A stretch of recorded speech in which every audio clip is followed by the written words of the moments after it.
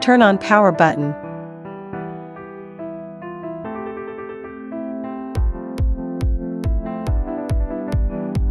Change language, connect with Wi-Fi.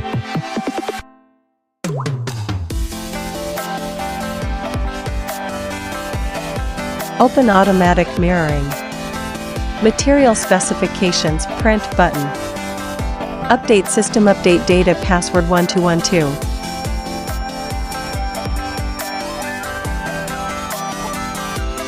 Update data.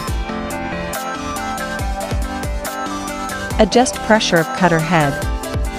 Normally set to scale 5:6. Press the top of the cutter head to remove blade.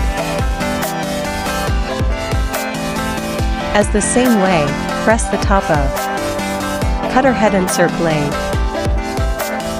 Install the cutter head and start cutting.